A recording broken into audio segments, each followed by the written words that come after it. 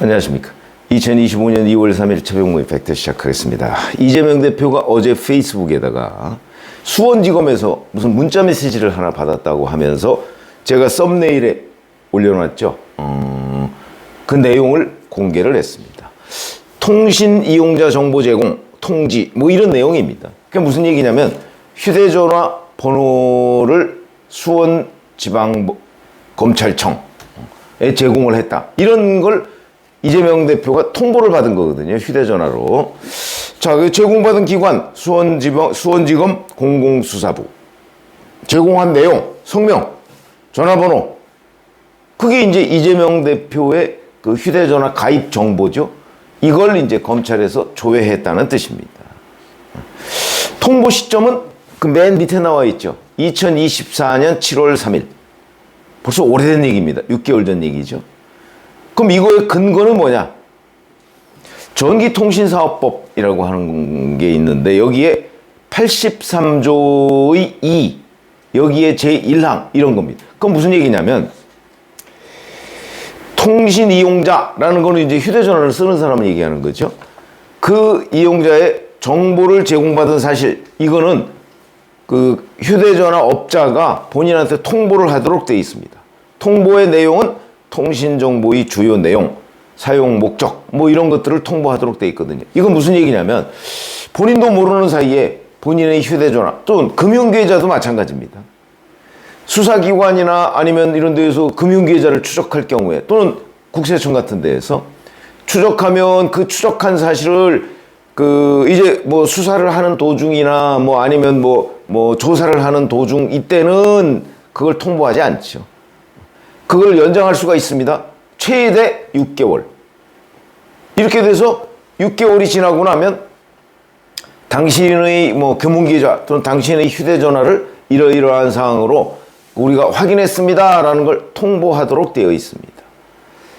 지금 그걸 통보한 겁니다. 작년 7월 3일에 이재명 대표의 휴대전화 번호, 이름, 뭐 언제 가입했나 뭐 이거를 우리가 확인했습니다. 통신사업자로부터. 이렇게 연락을 해준 겁니다.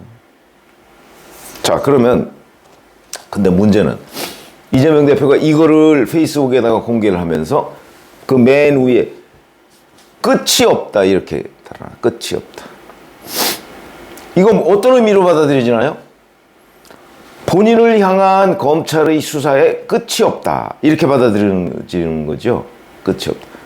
근데 이거 한번 자세히 이제 뜯어보시면 정보 제공한 게 7월 3일입니다. 작년. 근데 7월 4일에 어떤 일이 있었죠? 검찰이 이재명 대표한테 경기도 법인카드 유용 의혹, 그러니까 이재명 대표의 부인 김혜경 씨의 그 경기도 법인카드 쓴 거, 이 부분에 회계의 최종 책임자는 이재명 당시 경기도지사였기 때문에 자, 검찰에 나와서 조사를 받으라 하는 걸 통보했다는 거 아마 기억하시는 분 계실 겁니다. 그 즈음이 그 이재명 대표의 민주당이 수원지검 뭐 검사들에 대해서 하나씩 뭐 탄핵 소추를 하겠다 뭐 이럴 때거든요. 그러니까 이제 검찰이 이재명 대표를 부르는 게 뭐 그 보복 아니냐 뭐 또 이런 논란도 있었을 때입니다. 그러나 그 보복이 아니라 경기도 법인카드는 경기도 그 예산입니다. 그 예산이 도지사 부인을 통해서 유용이 됐는데 그걸 도지사가 몰랐을 리가 없는 거죠. 그러니까 이 부분과 관련해서 확인할 게 있으니까 조사를 받아라 하고 통보를 하려면 이재명 대표 뭐 휴대전화를 자주 바꾸는 거로 알려져 있으니까 그러면 지금 이재명 대표의 휴대전화가 몇 번이지? 그걸 통신사업자한테 물어본 거고요. 검찰이 그걸 7월 3일에 이러이러한 번호에 이재명 대표가 가입돼 있습니다 라고 하니까 7월 3일에 아 그래요? 그러면 7월 이재명 대표 거기로 나와서 소환조사를 받으세요 이렇게 통보한 게 7월 4일입니다. 그러니까 통보하기 하루 전에 가입자 조회를 한 거죠. 뭐 아무 문제가 없는 그야말로 절차상 그런 거에 불과하고 그게 이제 수원지검 공공수사부에서 수사하고 있다는 것도 이미 다 팩트로 확인됐고요. 뭐 그러니까 이거는 그야말로 법률상 뭐 있는 그리고 문제는 이미 끝난 일입니다. 그때 그 이재명 대표의 전화번호가 이런 거라고 이제 통보를 받고 나서 나와서 조사받으세요. 근데 이재명 대표 조사 안 받았죠. 그냥 뭉갰습니다.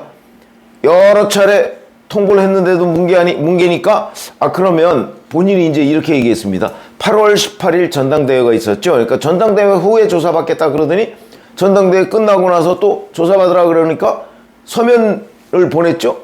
서면에도 응답을 하지 않았습니다. 그런 것 때문에 실제 작년 12월 19일인가요? 수원지검이 이재명 대표를 경기도 법인카드 등 경기도 예산 1억여 원을 사적으로 쓴 혐의 이렇게 해서 조사도 없이 불구속 기소를 했습니다. 어쩔 수가 없었던 거죠. 뭐 조사 안 받겠다는데. 그리고 이 사건은 지금 수원지방법원 형사 11부에 배당이 돼 있습니다. 아직 재판 시작도 안 했습니다. 작년 12월 19일에 기소한 거니까. 자, 이렇게 되니까 이 사건은 결국 검찰이 이재명 대표의 전화번호를 확인한 거에 불과하고 그걸로 끝난 일입니다. 작년 7월에. 그 후로 검찰이 뭐 이재명 대표를 수사하기 위해서 뭐 금융계좌 추적을 한다든가 뭐 전화번호 조회를 다시 했다든가 이런 거 없습니다. 그리고 이제 6개월이 지나서 이런 사실이 있었다는 걸 통보한 것에 불과하죠. 다 끝난 일입니다. 근데 이런 일에 대해서 끝이 없다. 끝이 없다는 건 어떤 걸 의미하나요? 마치 새로운 수사 건수를 검찰이 잡았다 이런 느낌을 주죠. 그런 느낌을 주도록 끝이 없습니다라고 본인이 논평을 한 거예요. 변호사들은 이런 내용을 잘 압니다. 금융계좌 추적하고 전화번호 뭐 조회하고 이러면 그게 얼마 있다가 본인한테 통보가 된다는 사실을 아주 잘 알거든요. 그거를 이재명 대표가 잘 알고 있음에도 불구하고 끝이 없다고 얘기를 하면서 상황을 호도했다. 그래서 마치 이재명 대표에 대해서 검찰이 지금도 물론 뭐 다른 사건과 관련해서 수사를 하고 있는지 모르겠으나 적어도 경기도 법인카드 유용과 관련해서 마치 지금도 수사를 하고 있는 것처럼 시청자분들한테 오해가 생기도록 지금 페이스북에다가 공개를 한 거죠. 교묘한 정치 행위다 이렇게 보이고요. 이렇게 보면 이제 그 이재명 대표 페이스북을 뭐 팔로우하는 사람들은 야 정말 끝이 없다 이렇게 흥분할지 모르겠으나 조금 이 내용을 알만한 사람은 이게 다 끝난 일을 왜 끝이 없다고 해? 이렇게 되는 거죠. 그래서 이재명 대표의 정치하는 스타일이 늘 이런 식으로 뭔가 상황을 본인한테 어느 정도 유리하게 끌어가려고 하는 것까지는 알겠는데 그게 아니라 상황을 완전히 왜곡해서 무슨 새로운 수사가 벌어지고 있는 양 그건 아니다. 그거를 정확하게 이제 시청자분들이 아셔야 된다. 늘 이런 식이다. 단순한 절차고 이미 끝난 일인데 그게 끝이 안 난 것처럼 국민들한테 비치도록 하는 이재명 대표의 교묘한 뭐 그건 기술도 아니고 상황 호도다 이렇게 판단이 됩니다. 뭐 요새 이재명 대표가 이제 오늘 보니까 뭐 180도 바뀐 이렇게 돼 있던데 깜짝 놀랐습니다. 이런 것도 바로 이재명 대표의 스타일 중에 하나다. 이렇게 판단을 해야 되겠죠.